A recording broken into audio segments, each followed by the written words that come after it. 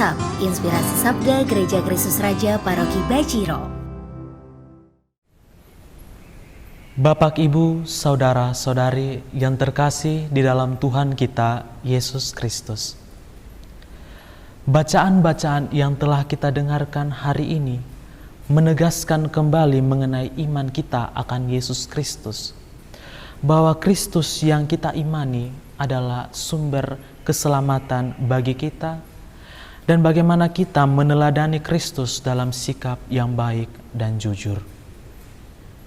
Bacaan Injil yang telah kita dengarkan tadi nampaknya begitu singkat dan begitu kontras dengan bacaan pertama, yang mana di dalam bacaan kepada orang Ibrani sangat menggambarkan kemuliaan Kristus yang sungguh luar biasa. Hal ini tentu berbeda dengan apa yang telah kita dengarkan di dalam bacaan Injil. Yesus justru dicemooh oleh orang-orang di sekitarnya, bahkan oleh keluarganya sendiri. Sebenarnya jika kita melihat Injil ini secara keseluruhan, maka kita tahu bahwa Injil hari ini berkisah mengenai Yesus dan Beelzebul, yang mana orang tidak mempercayai segala mujizat yang dilakukan oleh Yesus dan diyakini bahwa mujizat yang dilakukan oleh Yesus berasal dari setan.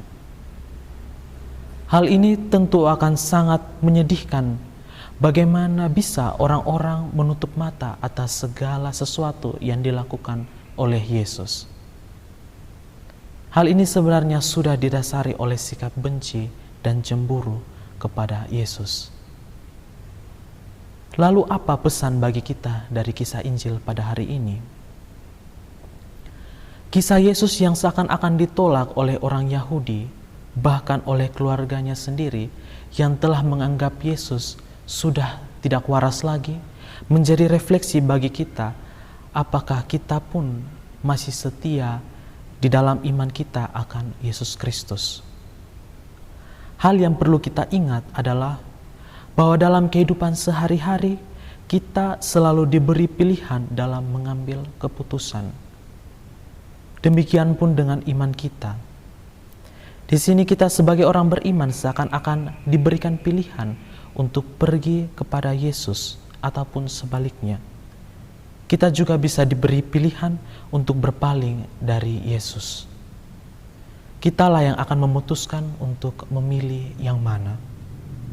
Di dalam kehidupan sehari-hari tidak dapat dipungkiri bahwa ada saja situasi di mana kita selalu berhadapan dengan pilihan untuk setia kepada iman kita atau tidak.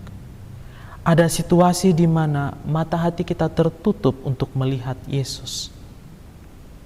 Untuk itulah kita diajak untuk melihat kembali kedalaman iman kita akan Yesus Kristus. Dan apabila kita telah berhasil menunjukkan kesetiaan itu, hiduplah di dalam kasih Kristus melalui perbuatan-perbuatan kita yang baik dan menunjukkan cinta kasih Yesus Kristus. Sehingga pada akhirnya kita dapat memperoleh keselamatan seperti yang telah dijanjikan kepada kita. Akan tetapi, sebagai manusia yang lemah, kita seringkali memiliki sikap-sikap yang berlawanan dengan kasih Kristus, misalnya kecemburuan dan kebencian. Kisah yang telah kita dengarkan di dalam Injil hari ini ternyata menggambarkan sisi manusiawi kita yang terkadang masih penuh dengan kebencian dan kecemburuan. Terkadang di dalam hidup kita masih sering tidak menyukai apa yang orang lakukan, bahkan yang orang lakukan itu sangat baik dan bermanfaat untuk kita. Kecemburuan dan kebencian yang terus-menerus terbangun di dalam hati kita akan merambat ke seluruh aspek hidup kita. Sehingga tidak heran jika di dalam kehidupan kita sehari-hari kita seringkali mendengar istilah haters, hoax, hate speech, dan lain sebagainya. Apalagi dengan perkembangan teknologi yang semakin maju, ada banyak sekali platform media sosial yang salah digunakan untuk menyuarakan semuanya itu. Ditambah lagi, kebanyakan dari kita masih memiliki mental yang mudah percaya kepada hoax, gosip, dan ujaran kebencian lainnya. Bacaan-bacaan yang telah kita dengarkan hari ini kembali menyadarkan hati nurani kita untuk selalu terbuka dan menerima hal-hal yang baik. Yesus yang dalam bacaan Injil dihina dan dianggap penipu, justru mendapat kemuliaan yang bahkan melampaui apa yang dipikirkan oleh manusia. Hal ini terbukti dalam Ibrani pasal 11 bahwa Kristus telah datang sebagai imam besar untuk hal baik yang akan datang. Ia telah melintasi kemah yang lebih besar dan lebih sempurna yang bukan dibuat oleh tangan manusia.